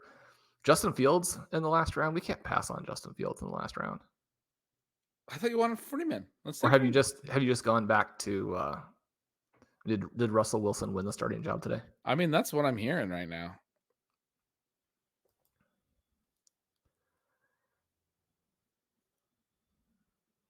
Yeah. There we go. You gave me the go ahead. I did click it. Royce Freeman in round 20. That's right. You've been itching to get Royce Freeman onto a roster, so I'm happy that we did that. Anytime you can get Samaje Perine future backup locked up in the 20th round, you got to do it. So, Ben, the bold predictions. I did not get to Ja'Marr Chase, our first round pick. And one of the reasons that we have been a little bit more conservative with him is that, I mean, obviously the holdout is a potentially huge problem. But you also have a situation where after his rookie season, where he went for almost 1,500 yards, caught 13 touchdowns, eviscerated the Chiefs in week 17, and won all of the, well, I say all of, I'm guessing at that. I know it won the Best Ball Tournament in the FFPC for one Connor O'Driscoll, one of our favorites, a great fantasy mind. The last couple of years have been a little bit more discouraging, and that age dot has dropped from almost 13 to below 9. And that doesn't necessarily mean that he can't score. One of the things that you and I have liked to talk about a lot with Stephon Diggs is making sure that you're rounding out the profile with some of those underneath targets. Those can just be gravy, right? And you look at the receptions last year, he gets all the way up to 100, a new career high in targets. All of those things are positive. But when you are down, 300, 400 air yards from your rookie season, you're losing some opportunity for the splash plays. However, the big difference for me is that even though I think that Justin Jefferson will thrive with Sam Darnold, and even though Joe Burrow has been more style than substance at a variety of points, and that's partly because he's very stylish. But since losing the Super Bowl, I mean, this is a team that has been probably overhyped. But there's a big difference between Joe Burrow and Sam Darnold. I think that Ja'Marr Chase in his 4th season gets back to being the true superstar that so many things about his profile suggest that he is. I think he's going to set new career highs in receiving yards, new career high in receiving touchdowns. If he does that, he's going to be in the mix for the 2025 101. That is bold. We took Chase at the 106. I'm going to read the whole roster here, Shawn. You went right into the post draft bold predictions, which is great. But I'm going to read it and kind of make a mental note of who we've actually done the bold predictions for. So we had Ja'Marr Chase at the 106. We took Trey McBride on the way back. We talked about him. I said that he is going to catch 110 balls this year. We did Kyren Williams in the 3rd round. You talked about him. We did Rashee Rice in the 4th round. I talked a little bit about his pace stats as well and what that could mean in this offense. Tank Dell in the 5th round. I'm pretty sure you discussed his bold prediction. Brock Bowers in the 6th. I'm not sure we have done yet. Jaden Reed in the 7th. You went through what that could mean. CJ Stroud in the 8th. You tied in the Tank Dell and the CJ Stroud thing in talking through how CJ Stroud was going to break every record, every passing record in the books in 2024. So, yeah, I mean, just a minor bold prediction. And then after that, we went Jameson Williams and Jordan Addison, which got us to 6 wide receivers with just the 1 running back through 10. And the running back started to fly off. And so we did get boxed out a little bit, and yet we came away in the next 5 rounds with Bucky Irving, Kamani Vidal, Jerry Jeudy, who we took a little bit of a detour for there, and then went back to Kendre Miller and Audric Estime. We've not talked through bold predictions for anyone in that range, anyone after Stroud. I don't think Williams or Jordan Addison either. The late rounds, Cole Kmet, Jaylen Tolbert. I gave a fun little week 1 roll bold prediction for Jaylen Tolbert that would make him a very nice late round pick and make him a piece that you'd be happy to have going forward. Kansas City defense, Jason Sanders. You gave a nice little bold prediction on Jason Sanders that he was going to make all the field goals this year. And Royce Freeman in the 20th round, who, I mean, I'm going to be thrilled to hear your bold prediction on him. But let's go back to Brock Bowers. You got to give us a Brock Bowers bold prediction. Well, as you mentioned, Brock Bowers absolutely stepped on the production for Mitchell, for Ladd McConkey, for Jermaine Burton there at Georgia. He was the superstar from day one. He is not someone you can cover with a linebacker or a safety. He is arguably the best tight end prospect we've ever seen with the ball in his hands. When we make notes about how good Dalton Kincaid was or how good Sam Laporta was, all of those notes are in relationship to Brock Bowers, who has them gapped, right? So you're talking about Brock Bowers, those guys. It's interesting when you think about the seasons from Kyle Pitts and Trey McBride from a yardage perspective. Both of those guys had a really huge collegiate yardage season, which then came into play at the professional level for Pitts in year 1, for McBride in year 2. We get a mix of those things with Sam Laporta. In the Georgia offense, the raw numbers were not quite as large, which maybe is the thing that's holding him down a little bit. The other thing, obviously, that he plays for the Las Vegas Raiders, people are not that excited about that. But I do think that having Gardner Minshew as the starter removes some of the floor concerns there. My prediction for Brock Bowers is that he is going to be Sam Laporta and Kyle Pitts as a rookie combined into one. He's going to make everyone discuss in future seasons this same dynamic that we're getting with Marvin Harrison and Malik Neighbors. The suggestion that I've made throughout the offseason is that Brock Bowers is much better relative to the tight ends that you can choose from than Harrison and Neighbors are to the wide receivers are going. He's going to set all the rookie tight end records. He's going to be a better pick than Marvin Harrison and Malik Neighbors. That is bold. Shawn, I will go to Jameson Williams, who I'll note had a little bit of an up and down college career, but in his final year had a yards per route run over 3 on 500 routes. Everyone talks about the time in at Ohio State, and he was basically just running clear out routes in his sophomore year. But after he transferred, 23% targets per route run at a 14.58 out, which is just a really high downfield role, a high targets per route run for that type of role. Had a 13.6 yards per target, which is just a massive number. Basically made him this year's Brian Thomas, but with a little bit more target earning in addition to the massive yards per target. First couple years have obviously been really rocky. There was a lot of issue going into last season. Obviously suspended. Late in the season, really came on, was a bigger part of the offense, played his biggest snap share of the whole season in their final game at San Francisco, scored a touchdown receiving and rushing in that game, showed that same explosiveness with a 42-yard TD run in that game, also had a 19-yard TD run earlier in the season, had a 40-yard run as a rookie. This guy has 5 career rushes, 6, including that postseason run, and has over 100 yards and 2 touchdowns on those 6 career rushes. His career yards per target is a little bit underwhelming, but has certainly shown flashes of the big play ability. This is the year where it all comes together, and the explosiveness is there, but the manufactured touches are also indicative of the team wanting to use him a lot more. He goes out and has a Deshaun Jackson season and is a major reason why Amon-Ra St. Brown is not worth his first round value, because Jameson is not on par with Amon-Ra, but scoring in addition to Amon-Ra as an incredible explosive player. 12 TDs. That will be the bold prediction. 12 TDs for Jameson Williams. And when we think about Williams, there are some concerns about volume. And yet the great thing is that if he emerges this season, he's not a player who needs it in the same way that everybody else is. You tend to think in terms of a Tyreek Hill. We've talked a lot about the value you can get potentially from a Xavier Worthy. Jameson Williams may be more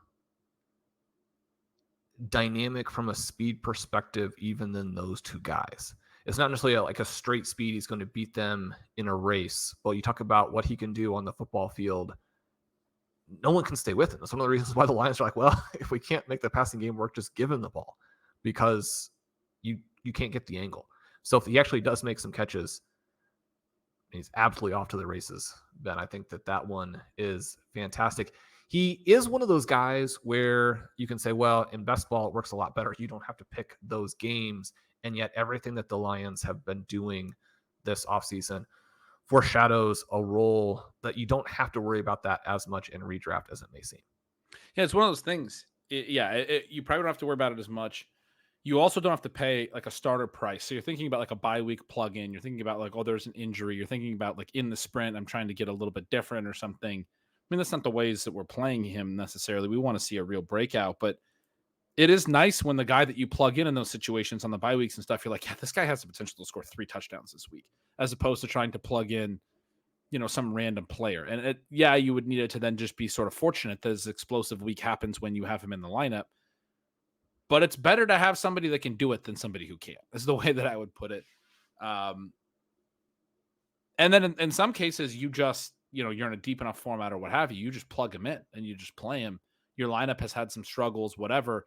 You play him through the ups and downs. There will be probably a couple quieter games. But I do think, to your point, I mean, one of the reasons we think about boom bust is just the rate of low games. It's not really a profile thing. The guys that have the high ADOTs and the explosive play stuff, if they stack enough of those explosive plays and reasonable games together, then we don't say they're boom bust anymore. They're just stars, right? This is a profile that if he just stays away from too many of the 3 or 4 target games, we'll just say he's a star. I mean, it just won't be an issue. Our next pick, Jordan Addison. Do you I make you take him in almost all of our drafts. Do you want me to take the bold you go ahead and explain what the hell we're doing. So, Ben, I'm not sure if people remember this, but Jordan Addison won the Blitnikoff as a young player at Pitt. Almost 1,600 yards and 17 touchdowns. Comes back, transfers to USC, has to play for some people who surprisingly knocked his production down a bit. But when you look at some of the peripherals, that season was also strong. You get a first-round draft pick. You go in as a young player in the NFL and immediately put up 221 points. Again, people who go over 200 as rookies tend to go on to be stars. You have that nice target depth with an ADOT of over 12.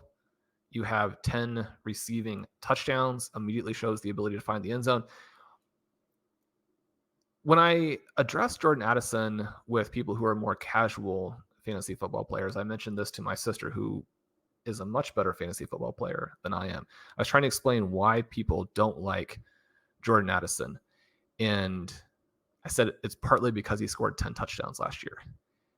And she just started laughing and did not stop for a while. You want to attack young players who have been good for a long time, have the well-rounded profile and the target earning potential that you want to see. I mean, Jordan Addison could end up being Keenan Allen with more explosiveness, more ability to find the end zone. We can't completely ignore his offseason problems, the QB situation there in Minnesota, the fact that he's behind Justin Jefferson, or this most recent, what appears to be minor injury. But the discount, well, one of the things we were talking about a lot over the last couple of years, Connor wrote about it for RotoViz, talking about, has the second year receiver value disappeared? We went through all of these seasons where guys like a DeAndre Hopkins, who was a fantastic prospect, had a good rookie season. In his case, kind of interesting, did not score enough touchdowns, was very inexpensive again the next year, blows up. You could draft him in round 7 or 8. He goes on to be one of the most valuable players in fantasy that year. That window has largely closed, or was closing going into 2024. But now we're getting guys like Tank Dell, Jaden Reed, Jordan Addison, all three on our team, where they actually broke out as rookies. It's not even a thing where you're like, okay, but understand the profile and understand that year 2 receivers add a ton of volume. And that's one of the things that came out of Blair's project again, where he shows that you add a ton of routes in year 2 and you explode, right? We don't even necessarily need to take that leap with some of these guys, although I would note that Jordan Addison did lose some rookie production to KJ Osborne routes. Obviously, Jaden Reed lost rookie production to routes from other guys on his team. Tank Dell didn't hit the 200, obviously, because he missed part-time, but would have roared past it. The secondary breakout from guys who already demonstrated it last year is the biggest advantage you can possibly deploy in the 2024 football season. I'll just go ahead with the bold prediction that Jordan Addison scores 10 touchdowns again. People don't seem to think that he is going to be able to just be the guy that he was. That is a good one. Next up on the list. Well, I mean, all of these running back ones are going to wind up being very similar. We got Bucky Irving, Kamani Vidal, a couple rounds later, Kendre Miller, Audric Estime, 3 rookies, a year 2 running back. This is 22 years old and redshirted his first year. Can I just do a bold prediction that includes all 4 of them? Well, if all 4 are going to hit, I think all 4 of them are going to be starting or playing a meaningful committee role in their backfields by week 8. And at least 2 of them will be weekly ranked in the top 24 running backs by whatever expert consensus rankings, whatever you want to call it. Do you know exactly which 2? Not always. That's why we take a few of different ones. But I'm gonna suggest that Bucky Irving's one of those 2, Sean, because I have a lot of Bucky Irving. And Ben, when we jump over to your board here, you have Bucky at running back 37. I mean, that's behind Zach Moss. That's behind Devin Singletary, behind Tony Pollard. You did move Alvin Kamara up, so he's now behind Alvin Kamara. He forced me to. If I put Bucky Irving ahead of any of these people, you'll tell me it's wrong. Now he's too low. It's fair. He's too low.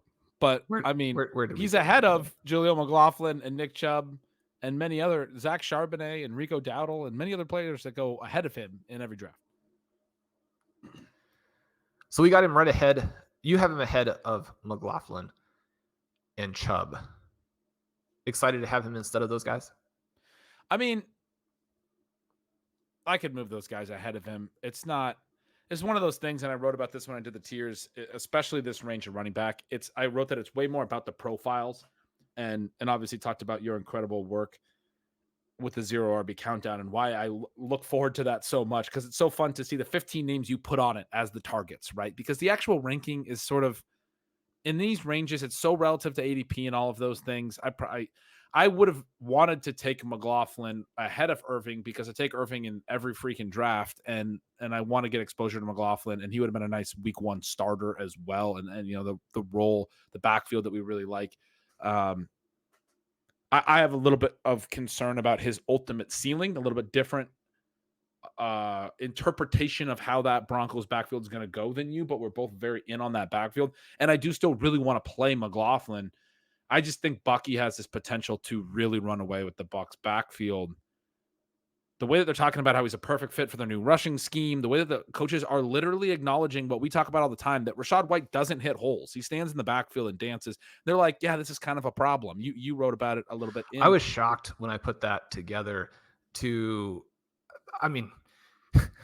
we reference it all the time, but I've said on some streams that we've done that I thought the coaching staff was promoting him as the starter, and people didn't like that. When I was working through the actual language that they have used, it's shocking when you hear the actual coaching staff say, Bucky hits the holes, we're trying to coach Rachaad White to do it. Yeah. That's an amazing admission when you're talking about the incumbent who's still going to play some.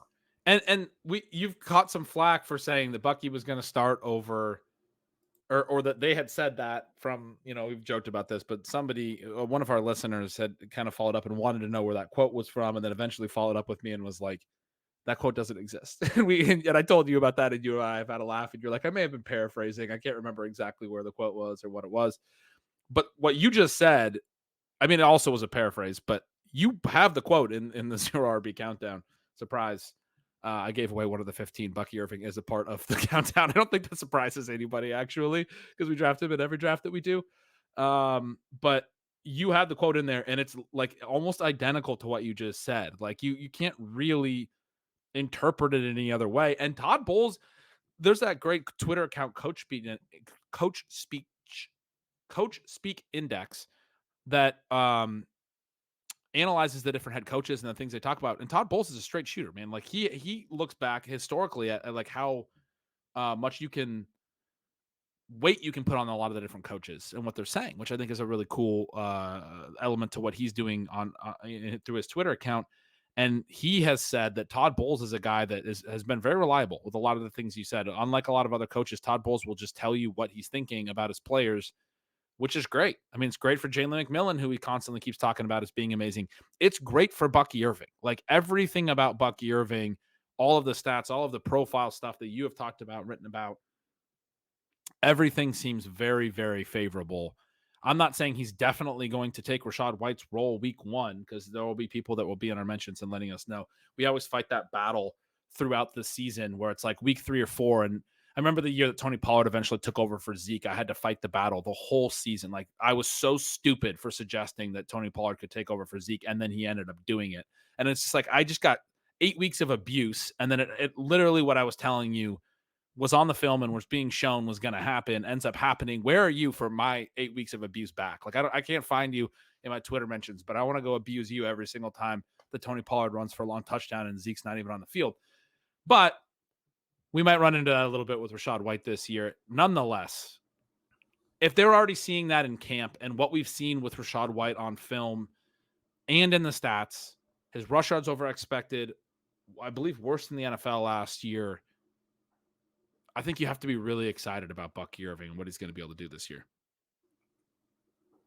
He's going to be great. We talked a lot about Vital during the ship chasing draft. You and I had mentioned before that if he had been just wearing a different jersey, he might have been drafted in the 2nd round. There'd be no question that he was going to push the starters and maybe be the starter by midseason there. Kendre Miller is going to have 5 RB1 weeks this season, Ben. That will be my bold prediction on him. Aldrick Estime, someone with questionable athleticism in terms of some of the testing, but had a good boom percentage. Also, 21-year-old rookie. Blair has some great research on why you want to target those players. Now, I'm going to do a bold prediction for Cole Kmet and just simply point out that he scored more points in tight end premium last year than Jake Ferguson. He's going to do it again. They weren't drafted in the same range of this draft. No, I love it. That's a good one. I did the Jaylen Tolbert one. You got to do a Jerry Jeudy one too. That's your boy. You got one for him? My bold prediction for Jerry Jeudy is that he appears and is 90% healthy in 12 games. I knew that was going to be silly. And we also haven't heard your Royce Freeman either. I'm trying to think what is. So I really think doesn't start over him. Right. Yeah, I think you're going to get this backfield going back and forth between Dowdle and Royce Freeman across weeks, say 3 to 10, and you're going to get 3 or 4 playable weeks from him. And I do think you're going to be able to pick those out, right? We want to know going in that the role is going to be there from a touch perspective, from an EP perspective. I think he does have a role on this team. They talk about him that way. One of the things that is easy to sort of forget is that he could be kind of in that Samaje Perine range where Perine was before he actually took over for Joe Mixon at the end of that run, right? Royce Freeman, one of these guys where when he was a young player at Oregon, he had crazy overall numbers, but also peripherals, had an injury, never really the same guy. Part of that is probably just having been in the Chip Kelly offense as well, where he got a little bit of that boost. But Freeman now coming off of this little stretch with the Rams last season where he actually was pretty good. He's a guy who has that size, is not a plus athlete, but is a viable NFL running back. I don't think that we can definitively say that about Elliott or Dowdle. Now, there are some decent peripherals for Dowdle, and he's got the athleticism. You mentioned that at receiver, these guys who were never expected to do anything but stick, and they fight and they remain on NFL rosters and they finally get their chance. Sometimes they break out. I think that there's actually a really good thesis for that with Dowdle this season. But when you're paying for him, there's risk. Number one, they're talking all the time about how important Elliott is in the receiving game. And that is something I think that, we can miss in terms of how the workload is going to go. So when you're thinking about risk, Elliott, Dowdle, probably a lot of risk, even though their prices are not substantial, but there are interesting guys in that range. Ben, one of the reasons that we took Royce Freeman was that we just didn't have any other guys that we had to have. It's just a very different bet in terms of price, but I'm not convinced it's that different in terms of what the actual chances are that these guys will be the starter or just be a viable part of the Dallas committee, because it's probably going to be a committee. And just for the listeners who, like me, are often captivated by the yarns that Shawn can weave, Samaje Perine, when he took over for Mixon, as Shawn mentioned, was 26, maybe 27. He's now 28 and 300 days. Royce Freeman is also 28 right now at 180 days. He's about a half a year younger. It's been a long career for Royce Freeman where that hasn't happened yet. Maybe it'll happen at this point, but just a little context for the listeners who are excited to go out there and get as much Royce Freeman as they can get. Royce Freeman, he will be one of the names on the Zero RB watch list, diving into some really deep guys. I love it. Absolutely. Shawn, this team is fantastic. We had a blast drafting it. Jamar Chase, Trey McBride, Kyren Williams, Rashee Rice, Tank Dell, Brock Bowers, Jaden Reed, CJ Stroud with Tank, Jameson Williams, and Jordan Addison as our wide receivers 5 and 6. We also have the 2 early tight ends. And then behind Kyren, it's all young backs. We go Bucky Irving, Kamani Vidal. We stop off for Jerry Jeudy, come back with Kendre Miller and Andrick Estime, Cole Kmet, Jaylen Tolbert, Kansas City defense, Jason Sanders, kicker, and the one and only Royce Freeman, future member of the waiver wire in week 2, not future member of our main event championship. I love it. I love it. This was a good team. It would have been fun if a more, not dynamic, not viable, but just if more week 1 RB2 points had fallen to us. If CJ Stroud does what we think he's going to do, none of that is going to matter. And we will be lighting up the running back category by the time that we are very deep into the season. Ben, this may be our best shot to take down the one. I feel great about it. And as you said that about Stroud, I'm just realizing you just wanted to get Royce Freeman a ring. That's all it was. He still gets a ring if we cut him after 1 week. Exactly. So we'll be sending him some notes when we win that 1 million. I'm sure that he will be happy to know that he was the final catalyst. That'll do it for this special FFPC main event edition of Stealing Bananas. I'm Shawn Siegele. With me, as always, is Ben Gretch, whom you can follow at Yards Per Gretch. At Stealing Signals, I mentioned the Target articles are out. The new rankings update is out. Make sure you get over there and subscribe. Ben, you and I are going to be doing some fun events on the Stealing Signals YouTube this week. Everybody, make sure you have notifications activated so you don't miss those live events. Love for you to subscribe and give thumbs up to that, and also this show. If you are watching it on YouTube, the RotoViz YouTube, we would love for you to join us as well. We'd also love to have you guys over at RotoViz. Coupon code RVRadio 2024 at checkout. Get yourself 10% off your 1-year subscription. Leave us a rating and review. We'll talk to you guys soon. We love you.